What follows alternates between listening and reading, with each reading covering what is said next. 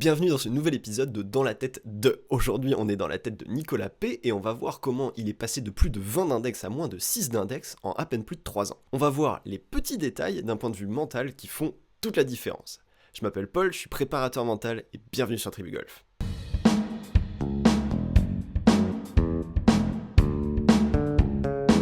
Allez, je mets mon casque et on saute tout de suite dans l'enregistrement. Bonjour à tous, aujourd'hui on se retrouve pour la suite de ma série Passer sous les 20 d'index. J'ai décidé de faire un parcours en mode compétition en suivant les conseils qui m'ont gentiment été donnés soit sur les pages Facebook, soit dans les commentaires des vidéos. Jouer les trous en bogey, avoir les greens en régulation +1, viser le centre du green et pas le drapeau, et faire en sorte de ne pas faire plus de 2 putts. Ok, alors là, on a ce que j'appelle souvent son objectif de la partie. Il faut toujours jouer sa partie avec un objectif en tête, quelque chose que vous voulez faire ou que vous voulez obtenir à la fin du parcours. Ça peut être juste passer un bon moment avec des potes, ou s'entraîner sur un point particulier de son jeu, ou, comme là, jouer un parcours en mode compétition. Donc son but, ça va être évidemment d'essayer de faire un score, et il s'est mis quelques points importants en tête, en termes de stratégie principalement, qui sont des points que j'avais déjà évoqués dans une précédente vidéo que vous pourrez retrouver tout là-haut, dans la fiche d'information, mais effectivement, jouer les trous pour faire bogey, atteindre les greens en régulation +1, donc c'est-à-dire que sur un par 4, vous êtes en 3 sur le green, sur un par 5, vous êtes en 4 sur le green, sur un par 3, vous êtes en 2 sur le green. Visez le centre du green, qui est plutôt un bon conseil quand on est dans ces index-là, autour de 20, juste essayer de prendre le green tout court, c'est souvent très bien, et pas plus de 2 putts, c'est vraiment quelque chose d'important. Ce qu'on va voir dans la suite de la vidéo, c'est que ça se fait pas non plus n'importe comment de pas faire plus de 2 putts. Et c'est pas juste lié au putting, mais plutôt à où vous allez vous mettre sur le green. À ce qu'il a évoqué là, je rajouterais quand même deux petites choses, mais qui n'ont pas à voir avec l'objectif de la partie, c'est connaissez vos distances sur quelques clubs clés, par exemple votre pitch, votre fair set, peut-être votre long fair ou votre driver, mais au moins sur quelques clubs clés, comme ça connaissez bien vos distances avant de vous lancer sur le parcours. 7. C'est tombé avant. Hein. Ouais, 80 mètres, normalement c'est à peu près mon sandwich. Ok, j'arrête la vidéo là parce que c'est vraiment quelque chose de très important. Vous ne verrez jamais au grand jamais, un bon joueur, même à partir de single en vrai, dire une distance et c'est à peu près quel club, je pense. L'incertitude sur ces distances et sur les distances à faire, donc c'est à peu près 80 mètres, donc c'est-à-dire que dans ma tête c'est pas clair, à peu près 80 mètres c'est 78, 77 ou c'est 83, 84, pour moi par exemple c'est même pas le même club, j'utilise pas le même club pour faire les deux distances. Donc déjà l'incertitude sur la distance c'est pas à peu près 80 mètres, c'est est-ce que je veux faire 80 mètres moins pour être entrée green, 80 mètres plus pour être fond de green, voilà, il faut être plus précis sur la distance que vous voulez. Et deuxième chose, erreur, c'est je pense que c'est à peu près la distance de mon sandwich, donc ça veut dire que c'est pas forcément clair la distance de son sandwich. Alors peut-être que pour lui c'est clair, mais en tout cas à la caméra, et je sais que c'est une erreur qui est très commune, connaissez vos distances de club, les distances que vous faites avec chaque club. Je rajouterais même, plus que ça, étalonnez-vous sur plusieurs distances de wedge, étalonnez-vous sur au moins 2 ou 3 distances, c'est-à-dire un petit coup, un demi-coup et un 3/4. Et le plein coup, enfin bon par exemple, ayez au moins le demi-coup, même si vous êtes à 25 d'index, au moins le demi-coup de sandwich et le plein coup de sandwich, et je vous conseille d'avoir au moins 2 et si possible 3 wedges dans le sac, sans compter votre pitch. Si vous regardez, la plupart des pros jouent avec 3 wedges dans le sac, il y en a quelques-uns qui jouent avec 2 wedges dans le sac, mais vous verrez pas de pros qui ont juste un wedge, un pitch. Donc surtout si vous emmenez aujourd'hui 14 clubs, ce que je déconseille en étant 25 d'index, si vous emmenez 14 clubs, emmenez au moins 3 wedges et étalonnez-vous sur ces distances-là, vous me remercierez plus tard et on va voir tout de suite dans la suite de la vidéo pourquoi c'est si important. Bon du coup, Ok, je vous laisse l'extrait en entier et après on en discute. mon objectif c'est de passer au-dessus de l'arbre qui est à droite, ou en tout cas entre les deux, avec un fer 8, quitte à ce que je sois court du green.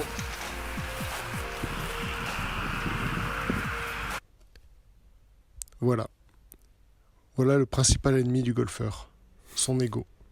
Alors que j'ai largement la place de jouer à droite, quitte à me mettre sur le green, comme je l'avais demandé, en régulation +1, donc en 4 coups, je préfère prendre le choix risqué. Et par conséquence, naturellement,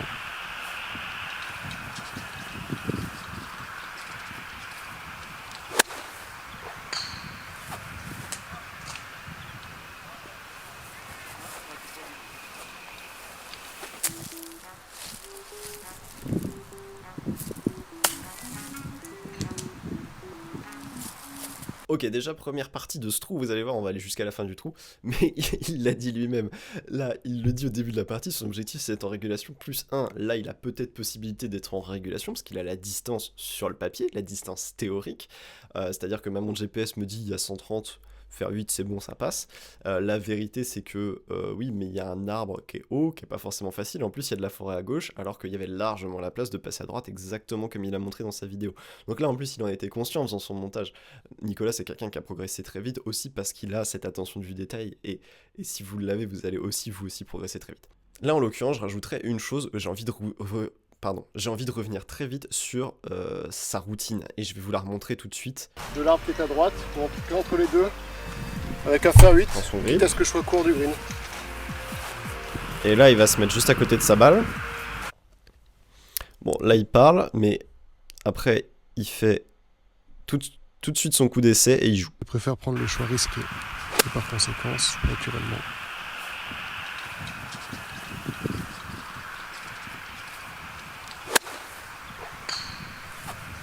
Voilà, vous verrez aucun pro avoir ce type de routine. Tous les pros font leur coup d'essai de long jeu, je dis bien de long jeu, pas de petit jeu, derrière leur balle. Ils font jamais leur coup d'essai à côté de leur balle. Et encore moins en prenant leur grip, en allant se mettre tout de suite à côté de leur balle, en faisant leur coup d'essai juste à côté de leur balle. En plus, là, honnêtement, sa face de club est très près de sa balle. Et en jouant juste après. Ça, c'est peut-être un mythe, je sais pas, à un moment donné, on entendait ça peut-être aussi dans les écoles de golf, c'est le utilisez votre mémoire instantanée, faites votre coup d'essai et jouez le plus vite après. Ça n'a jamais marché. Pourquoi ? Parce qu'essayer de reproduire un coup d'essai, c'est le meilleur moyen de faire un coup catastrophique. Votre coup d'essai doit juste vous servir à chercher des sensations, et il se fait derrière la balle et pas à côté de la balle sur le long jeu. En l'occurrence, là en plus, mon problème un petit peu avec cette routine-là, c'est que il prend son grip très tôt, il va se mettre à côté de sa balle, il fait son coup d'essai, il relâche pas son grip, il joue tout de suite. C'est des routines qui créent de la tension dans les mains, souvent. Je dis pas pour tout le monde, mais la plupart du temps, quand vous faites ça, vous tenez de plus en plus fort votre grip, et au moment de jouer, vous avez un grip qui est très fort, qui est très serré, et souvent ça crée de la tension. D'un point de vue technique, c'est pas mon domaine, mais par contre d'un point de vue mental, et en fait le fait d'accumuler de la tension au moment de jouer, va vous empêcher de jouer en relâchement, et pour bien jouer au golf, il faut jouer en relâchement. Donc ce type de routine-là, moins fan.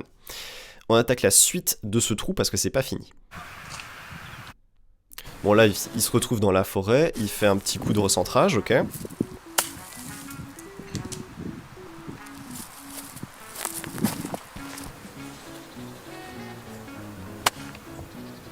Vous voyez la pente là ? Je sais pas si vous la voyez à l'écran, Super belle. ici. Non, on va prendre la pente. Et sa balle, elle va ressortir là. C'était superbe, ça. En distance, elle était géniale. Ouais. Mais trop pas. Elle est trop à droite. Et fini d'ailleurs. Et il se retrouve tout en bas et il nous fait un putt en montée qui va s'arrêter là. Et en plus, comme il dit, il ne rentre pas le putt et il fera 3 On met putts. un triple bogey. Alors qu'en ayant joué de façon classique comme depuis le début, en gardant ma concentration, j'aurais pu probablement sauver soit le bogey, soit le double bogey.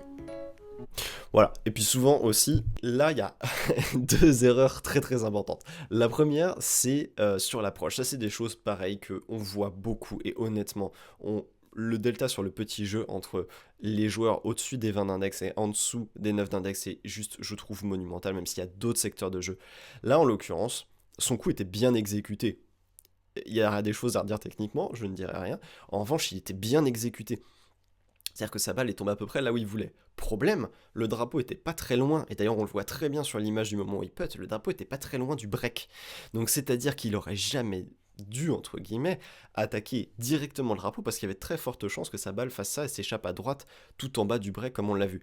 Alors que s'il avait attaqué un tout petit peu par la gauche, il se serait probablement retrouvé avec un putt de 2, 3, 4 mètres peut-être, mais du bon côté et à plat, avec potentiellement une chance de le rentrer et quasiment aucune chance de faire 3 putts. En fait, même s'il avait raté le green derrière, mais du bon côté, probablement que ça aurait été encore plus facile de faire même un putt depuis le pré-green et de prendre quand même 2 putts.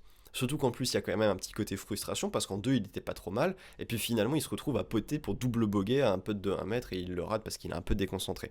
Exactement comme il le dit, il est sorti de son plan de jeu, il n'a pas respecté son plan de jeu, et il s'est fait avoir. Voilà, typiquement le genre de choses, juste la simple capacité de respecter son propre plan de jeu est en soi une bonne méthode pour progresser très vite. C'est bien ce qu'il Dans dit. ce genre de situation, je pense que ma balle est un Shiba Inu, qui est un chien japonais qui n'aime pas l'eau. Et donc ainsi, je me convainc moi-même que que ma balle n'ira pas dans l'eau. C'est très important d'avoir toujours une pensée positive quand on joue au golf, car je me suis rendu compte que dès qu'on pense, par exemple, à l'eau, on est quasiment sûr et certain de mettre la balle dans l'eau. Voilà, en fait, il a tout dit. Je vais simplement rajouter une petite explication de pourquoi est-ce que c'est le cas. Je trouve cette image du Shiba Inu absolument incroyable. Il faut que ce soit quelque chose de personnel. Vous voyez, il en a même fait l'icône de sa chaîne. Finalement, il faut que ce soit personnel. Il faut que ça vous parle à vous. C'est pas juste ne pense pas à ne pas aller dans l'eau. Ça marche pas, ce genre de choses. Il vous faut une pensée prévue à l'avance. Et là, c'est ce qu'il a. Il a une pensée, donc c'est-à-dire une routine mentale, quelque chose de prévu à l'avance qui fait que quand il se retrouve dans une situation où potentiellement il risque de penser à l'eau, il a quelque chose à la place. Souvent ce que je dis, c'est donner du grain à moudre à votre cerveau. Si vous n'avez rien de prévu, votre cerveau va penser à l'eau et vous allez lui dire ah non, pense pas à l'eau, mais ne pense pas de ne pas penser à l'eau parce que c'est mort. Vous êtes fichu. Par contre, si vous avez prévu quelque chose à l'avance, pense au Shiba Inu. Ta balle, c'est un Shiba Inu, elle déteste l'eau. Le Shiba Inu, c'est un chien trop mignon, tu veux surtout pas l'envoyer dans l'eau parce qu'il aime pas l'eau. Et là, c'est une pensée positif, il y a quelque chose de mignon, quelque chose avec un lien affectif, et en plus c'est positif, c'est pas ne pas envoyer dans l'eau, c'est garder le Shiba Inu au sec, donc c'est vraiment super. Et en plus, exactement ce qu'il dit, avoir une pensée positive au golf, c'est génial. Pourquoi ? Parce que votre cerveau ne comprend pas la négation, c'est-à-dire que si vous dites à votre cerveau pas haut, il ne comprend que haut, il ne comprend pas le pas. Ne pas faire quelque chose, en termes d'imagerie mentale, ça n'existe pas. Donc voilà pourquoi la pensée positive est aussi importante. J'en ai déjà parlé dans d'autres épisodes, mais voilà pourquoi ça marche. Je voulais terminer là-dessus sur l'ancien Nicolas, entre guillemets, parce que ça c'était une très bonne pensée, c'est probablement une chose qui l'a beaucoup aidé à progresser, donc je vous encourage à avoir ce type de pensée. Et maintenant on va attaquer tout de suite sur le nouveau Nicolas, le Nicolas plus récent, qui joue autour de, je vais probablement dire une bêtise, mais il me semble en dessous des 6 d'index. Donc voilà, on va attaquer sur la partie du nouveau Nicolas. Ok, donc là pour vous donner le contexte, on est sur un par 3 et il vient de rater le green de pas mal, en l'occurrence comme vous pouvez le voir il y a probablement une vingtaine, 25 mètres. À droite il a fait un coup de fer 7, il me semble raté, un peu à droite. Et je vous laisse avec la fin du par 3.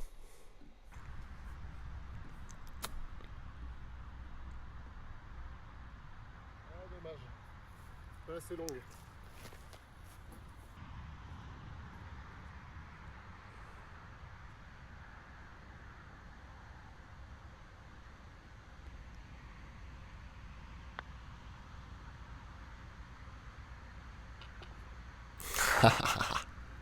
C'est bon ça. Bon part ça. Exactement. Bon, bah, voilà, un petit chip putt qui fait plaisir. Ça me fait penser à un truc, c'est que j'ai vu dans une des stories des Two Brothers récemment où ils évoquaient l'importance du petit jeu ou non. Et donc leur avis c'était plutôt qu'il fallait privilégier le long jeu. C'est là où effectivement les pros gagnent le plus de coups et notamment ceux qui gagnent sur le PGA Tour. Quand on regarde les stats, effectivement, voilà, le long jeu, c'est là le driving notamment et le jeu de fer, c'est là où se fait la différence. Moi j'ai un avis un peu différent et j'aimerais bien avoir votre avis en commentaire. Parce que je considère qu'effectivement sur les pros, les 100 meilleurs du monde, là où se fait la différence c'est sur le long jeu. Voilà, par exemple le fait que Rory tape plus fort que les autres, ça l'aide. Mais moi je considère que pour des amateurs, eh ben, c'est peut-être le petit jeu qui a plus d'importance. C'est là où en fait on va sauver le plus de coups et baisser le plus son score. Alors voilà, c'est mon avis. Je sais pas ce que vous en pensez, vous pouvez me dire en commentaire, petit jeu ou long jeu. Voilà, je vais profiter à la fois de l'illustration et de sa question pour donner mon avis sur la question et de pourquoi vous devriez accorder une importance particulière au petit jeu, surtout si vous êtes autour des 20-25 d'index ou que vous visez à break les 90, donc c'est-à-dire passer sous les 18 d'index. Mais même encore après, hein, bien évidemment, il y a toujours une importance pour le petit jeu. Mais pourquoi est-ce que c'est si important que ça ? En fait, c'est très simple, et ça, vous l'avez vu dans la vidéo de l'ancien Nicolas juste avant, c'est qu'en fait, quand vous êtes pas un joueur single, même single, quand vous n'êtes pas un joueur proche de scratch, vous ratez beaucoup de green. Ça c'est sûr, c'est indéniable, parce que sinon, si vous aviez une énorme stat de green en régulation, vous seriez pas 18 d'index. Donc par définition, vous touchez pas les greens en régulation. Vous pouvez même avoir pour stratégie de ne surtout pas attaquer les greens en régulation. Donc par définition, vous allez vous retrouver sur beaucoup de greens, beaucoup d'attaques de green, où vous allez être dans des distances intermédiaires, en dessous de votre plein coup de pitch la plupart du temps.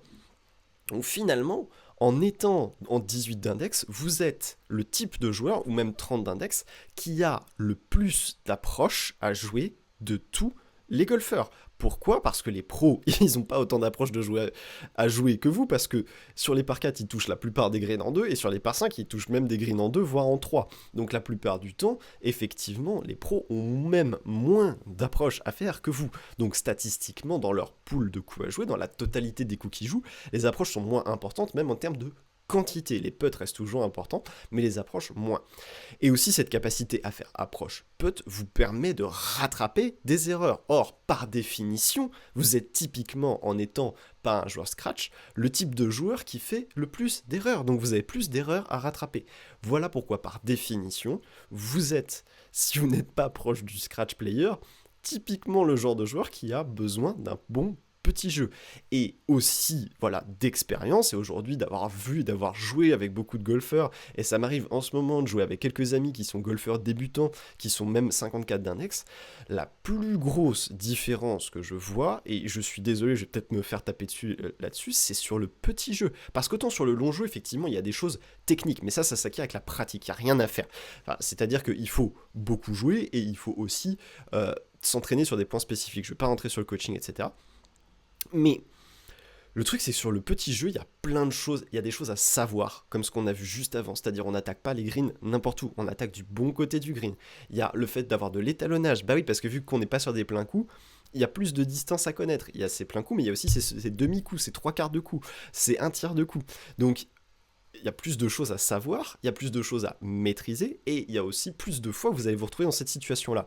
Donc, typiquement, prenez n'importe laquelle de vos parties, ok, et vous dites, si en dessous de 100 mètres, vous n'aviez pas fait plus que 3 la plupart du temps, et des très bons joueurs vont aller très souvent dans les deux, approche putt, votre carte, elle serait bien plus basse. Et je suis quasiment sûr, en fait, si stratégiquement vous êtes solide, et que si en dessous de 100 mètres vous êtes solide, vous ne pouvez pas jouer au-dessus des 18. C'est pas possible. Pourquoi ? Parce qu'en appliquant la stratégie de Nicolas, vous attaquez les greens en régulation que ceux que vous pouvez attaquer, c'est-à-dire la plupart du temps les par 3 et certains par 5, pas tous, mais les par 5 plus courts, vous allez pouvoir, les par 4 plus courts, peut-être aussi, mais en respectant le parcours et en étant bon sur vos approches de putt, vous allez break les 90 quasiment à chaque partie. En fait, c'est presque obligatoire, mais c'est pour ça que le petit jeu est aussi important.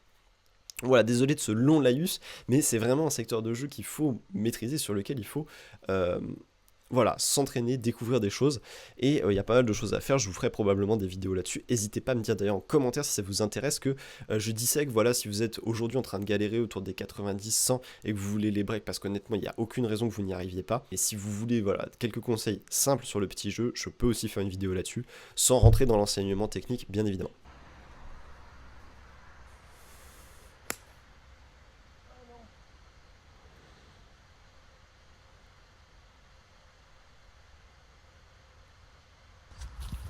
Bon, à des moments, il faut accepter de boire un médicament un peu amer. J'ai pas fait de draw, j'ai fait un push. Je suis dans le rough. J'ai pas de coup vers le green. J'ai essayé de me recentrer quand même vers le green pour gagner un peu en distance. Essayer de faire une longue approche putt, sinon c'est pas grave. Ok, je fais juste une petite interruption là. Là, je suppose que vous l'avez compris, mais le parallèle entre la vidéo que je vous ai montrée de l'ancien Nicolas, entre gros guillemets, juste avant, et du nouveau Nicolas juste après, c'est... Il est bien meilleur, entre les deux. Techniquement, il est bien meilleur dans le deuxième extrait, mais par contre, en termes de stratégie, il accepte de pas tenter le hero shot. Après, là, en l'occurrence, je pense qu'il n'y a même pas de hero shot à tenter, mais voyez comment il réfléchissait. Ok, plutôt que d'essayer à tout prix d'aller au green en tentant, et je pense que techniquement, il est capable de faire une espèce de stinger sous les branches avec un fer 4, je pense que techniquement, il en est potentiellement capable, mais en termes de pourcentage, il y a plus de chances qu'il fasse un bon score en faisant ce qu'il est en train de faire là. Le truc, c'est que c'est un meilleur joueur techniquement, mais stratégiquement, il accepte de potentiellement perdre un coup. Il explique même pourquoi, parce que s'il se met suffisamment près, il peut tenter de faire approche putt et de sauver le par quand même, et dans le pire des cas, il fait bogey. Or là, s'il essaie d'y aller, qu'il se remet, voire potentiellement qu'il se bloque derrière un arbre, c'est bogey assuré, voire double bogey, et à ce niveau-là, double bogey, ça commence à pas pardonner. Donc voilà, stratégiquement, moins ambitieux stratégiquement, alors qu'il est meilleur techniquement.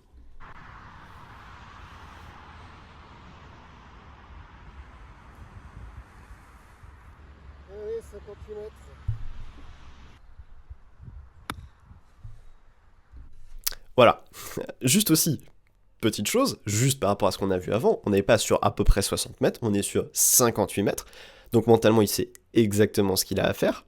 Je pense qu'il a une idée du point de chute qu'il veut viser sur son green, même s'il ne le précise pas. Et, vous voyez, mentalement, 58 mètres. Techniquement, évidemment, c'est costaud. Il a le coup de wedge dans le sac qui va avec. 58 mètres, c'est pas un plein coup. Donc ça veut dire qu'il a quand même une idée mentale, un minimum de son étalonnage, de comment faire les choses. Après, ça peut être fait sur un carnet avec du papier, etc. Mais ça peut aussi être fait de manière empirique. À force de jouer, vous finissez par les connaître, vos distances. Simplement, vous gagnez du temps en faisant un vrai étalonnage.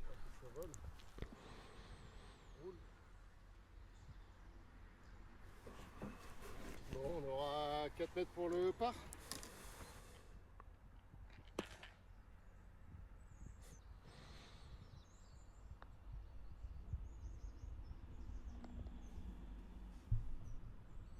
Ok, j'aime absolument tout dans ce trou. J'aime tout dans ce trou. Pourquoi? Il fait une mise en jeu qui est pas forcément bonne. Finalement, ça l'arrête pas. Il réfléchit tout de suite à ok, comment je peux faire pour minimiser les risques et essayer de m'en sortir avec un par. Il prend la bonne stratégie. Derrière, discours positif, il dit si je me mets au bon endroit, je me rapproche à peu près du green, je me laisse une chance de faire l'approche putt. Donc on est déjà dans un discours positif qui est ok, le coup que j'ai à jouer de recentrage maintenant est important parce que le coup que je vais avoir à jouer après sera également important pour me laisser une chance de faire le par depuis le green. Après 58 mètres, discours précis, 4 mètres, super putt, très beau putt et le yes, qui pour moi est une des choses les plus importantes au golf, soyez content de vos beaucoup. Vous l'avez vu avant quand il sauve son par approche putt, yes, il est content, il s'encourage, il crée de la dynamique positive. Il est pas là en mode oh j'ai eu de la chance. Hein. Ça je l'entends beaucoup d'ailleurs sur des joueurs, mais je ne l'entends que chez des joueurs généralement qui sont dans un index plus élevé. C'est-à-dire que la plupart du temps, non seulement les trous sont pas forcément incroyables, c'est-à-dire que ça va pas chercher des birdies ou des eagles, et en plus quand on est sur un bogey sauvé, un petit peu sur un approche putt, c'est ah j'ai eu de la chance. Non, t'as pas eu de la chance, t'as fait un super approche putt et t'as récupéré ton bogey ou ton par, donc c'est vachement bien. Donc encouragez-vous, soyez positifs. Là on voit du discours positif, on voit de l'envie, on voit de la précision, on voit de la stratégie. Pour moi, pour être un bon joueur de golf, il ne faut pas être capable de faire... Alors bien évidemment qu'en étant bon au golf techniquement, vous allez réussir à faire des greens en régule, 2 putts par... C'est ce qu'il a fait d'ailleurs plus tôt dans la vidéo. D'ailleurs, tous les liens de ces vidéos sont en description, si vous voulez voir les vidéos que je montre là. Et pour moi, pour pouvoir être un bon joueur, et surtout pour passer single, 6 d'index, 4 d'index, il faut surtout être capable de prendre ce genre de par. Et on en revient à ce que je disais juste avant dans la vidéo. Pour être capable de prendre ce genre de par, c'est quoi? C'est le petit jeu. Parce que là, en l'occurrence, il n'y avait rien à voir avec son long jeu. Il a fait un coup de long jeu raté, un coup de recentrage, wedge, putt, par. Voilà. Pour moi, il n'y a rien de plus à dire. C'est une super démonstration de ce qu'on disait il y a juste quelques secondes pour vous. Allez, on avance.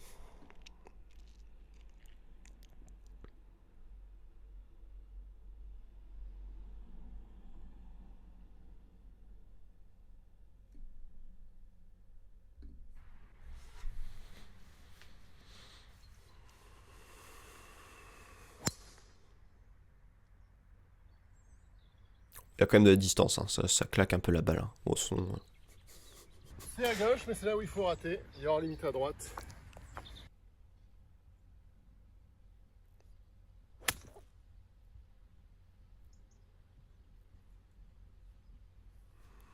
Premier draw de la partie, c'est Ok. Chose importante sur ce coup-là, précisément ce coup-ci, que je trouve intéressante. Déjà, bon, on a un lay-up. Alors, ça, je suis d'accord. Il faut quand même un certain niveau de jeu pour réussir à faire un lay-up faire 4 dans du rough qui a l'air quand même assez dense. Et voyez niveau stratégie, si vous regardez l'alignement de ses pieds, en gros, il joue à peu près sur l'arbre qui est là, plein milieu. Il joue pas la tangente ici. Il va pas risquer de se manger ces branches là.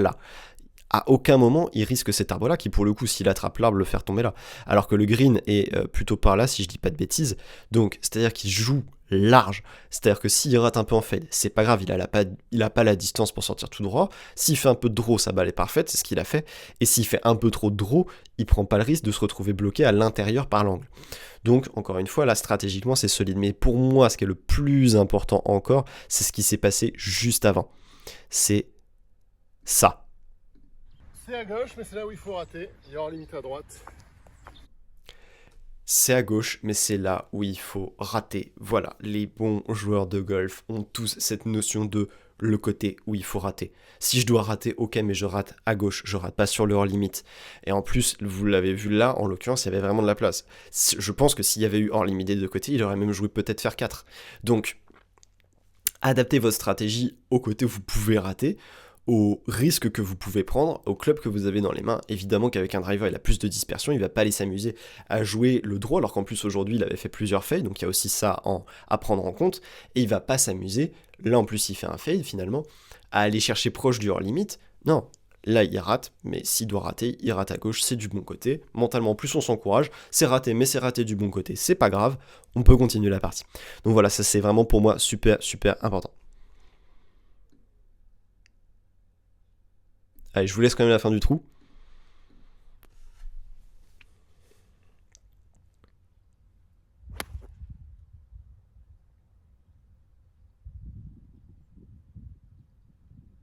Allez, premier putt pour birdie de la partie. Enfin, non, deuxième. Parce qu'on Là, il y a quelque chose à dire là-dessus. Et deuxième grille en régulation. Petite dédicace à Rina. Droite-gauche. Oh, il va manquer des kilomètres.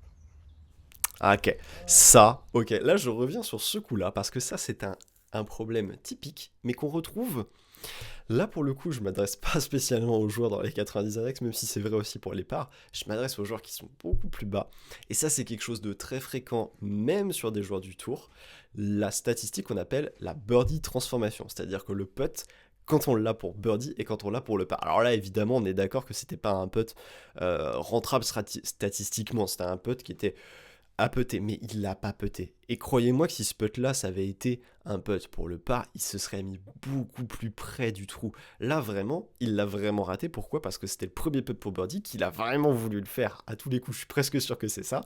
Et du coup, il sort un petit peu de sa concentration, probablement qu'il s'est un petit peu plus tendu dans les mains aussi, et il en manque, mais des caisses, et là c'est vraiment un mauvais putt, alors qu'il a super bien putté toute la journée. Qu'est-ce qu'il dit ? C'est le premier vrai putt qu'on a pour birdie, donc voilà, ça cogite dans sa tête, le putt pour birdie n'est pas traité comme un putt pour le par. Qu'est-ce qu'on peut faire là, comme ça, en termes de réaction ? Mais demandez-vous, si c'était un putt pour le par, je le putterais comment ? Ah, si c'était un putt pour le par, je ferais tout pour la rentrée, et du coup, je me concentrerais plus sur le trou, il n'y aurait pas de côté de je dois faire ce birdie. Non, vous ne seriez pas concentré sur le score, vous seriez concentré sur le putt à jouer. Par exemple. Donc demandez-vous, si c'était un putt pour le par, je le putterais comment ? La prochaine fois que vous avez un putt pour birdie, hein, franchement, remerciez-moi après, envoyez-moi un petit texto. La prochaine fois que vous avez un putt pour birdie dans votre partie, vous vous dites, ok, c'est pas un putt pour birdie, si c'était un putt pour par, je le putterais comment ? Et puttez-le comme si c'était un putt pour le par. Donc voilà, c'est vraiment un truc, petite mini critique entre guillemets, mais c'est même pas une critique, c'est un bon exemple pour vous parler de ça à ce moment-là. Donc on retourne dans sa partie. Allez, je vous laisse avec la fin de sa partie.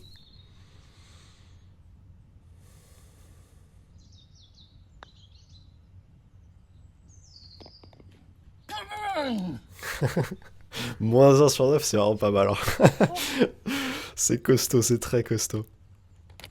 Bon bah le putter était en feu aujourd'hui les amis. Bon bah les amis, vous avez vu ma joie sur ce putt. Moins 1 après 9. Très content. Voilà, donc le vlog va s'arrêter ici. Parce que moi je vais finir 2-3 trous encore, mais je vais pas jouer 18, je vais rentrer chez moi. Mais en tout cas, voilà. Putter en feu aujourd'hui. Vraiment un très bon putt. Petit jeu pas mal aussi, alors que le grand jeu était complètement à l'ouest. Comme quoi, des fois, voilà, on peut jouer négatif en touchant quasiment pas aucun green. Je crois que j'ai touché 4 ou 5, 4 greens sur 9 et moins 1. Bon, bah c'est cool, ça fait plaisir. En tout cas, bah, j'espère que ce beau jeu vous a fait plaisir. Voilà, je pense que c'était un super message de Nicolas pour tout le monde, peu importe le niveau. Peu importe votre état de forme sur le long jeu, si le petit jeu derrière tient la baraque. Alors évidemment, on sait qu'au golf, il y a cette histoire de putts. Des jours, les putts rentrent, des jours, les putts rentrent un peu moins. Ça dépend aussi de la qualité des greens, ça dépend de plein de trucs. Mais si le petit jeu est costaud, si le putter est en feu, vous pouvez toujours sortir un score, vous pouvez même sortir votre meilleur score en vidéo là pour Nicolas, alors qu'il avait un long jeu qui était, comme il le dit, à l'ouest aujourd'hui. Je vous ai pas mis la plupart de ses coups, vous pouvez aller regarder la vidéo, mais il a vraiment raté pas mal de shots, sur des longs shots, sur des attaques de green, et derrière c'est le petit jeu qui tient la baraque, et on en a parlé longuement dans cette vidéo, mais sur le mental, d'un point de vue mental, ne lâchez jamais rien, restez positif, demandez-vous comment vous pouvez rattraper le trou avec votre petit jeu. Alors j'aime pas trop cette notion de rattraper le trou, attention, je vais quand même m'auto-corriger, mais Demandez-vous comment vous pouvez continuer à jouer le trou pour essayer d'accrocher un par quand même, pour vous donner une chance de faire l'approche putt, pour vous donner une chance d'au pire faire approche de putt, prendre juste un bogey. Voilà, réfléchissez au petit jeu, lâchez rien et voyez vraiment comment la différence entre l'ancien Nicolas et le nouveau Nicolas, elle se fait principalement sur la stratégie de jeu, sur les choix de jeu, sur comment j'attaque les trous, comment je m'aligne, de quel côté je rate, je lâche pas sur des petits coups, je suis étalonné et je suis précis sur des petits coups de wedge. Voyez comment il y a une belle évolution. Bien évidemment qu'il y a une très belle évolution technique entre les deux, c'est indéniable, mais il y a des choses en l'occurrence, ou si juste il l'avait su, et même il le savait parce qu'il le dit dans ses vidéos, on se re-regardera après, en étant juste un peu plus impliqué et en faisant un peu plus attention à la manière dont vous jouez, à votre plan de jeu, à comment vous suivez votre plan de jeu, vous pouvez déjà pas mal gagner de points. J'espère que cette vidéo vous a plu, je vous remercie de l'avoir suivi. Si vous vous intéressez au mental, je vous encourage à suivre Mercredi Mental. Mercredi Mental, c'est ma newsletter hebdomadaire, vous recevez un petit email au petit déjeuner chaque mercredi matin, je vous parle de mental, de découverte, quelquefois juste quelques petites idées principales. En tout cas, c'est le top du top, je partage vos données avec personne, donc vous n'avez qu'à vous inscrire et vous recevrez mes mails. Si ça vous plaît pas, vous pouvez vous désabonner dans tous les cas depuis n'importe quel mail. Je vous remercie de m'avoir suivi et je vous dis à la semaine prochaine pour une nouvelle vidéo. Allez, ciao!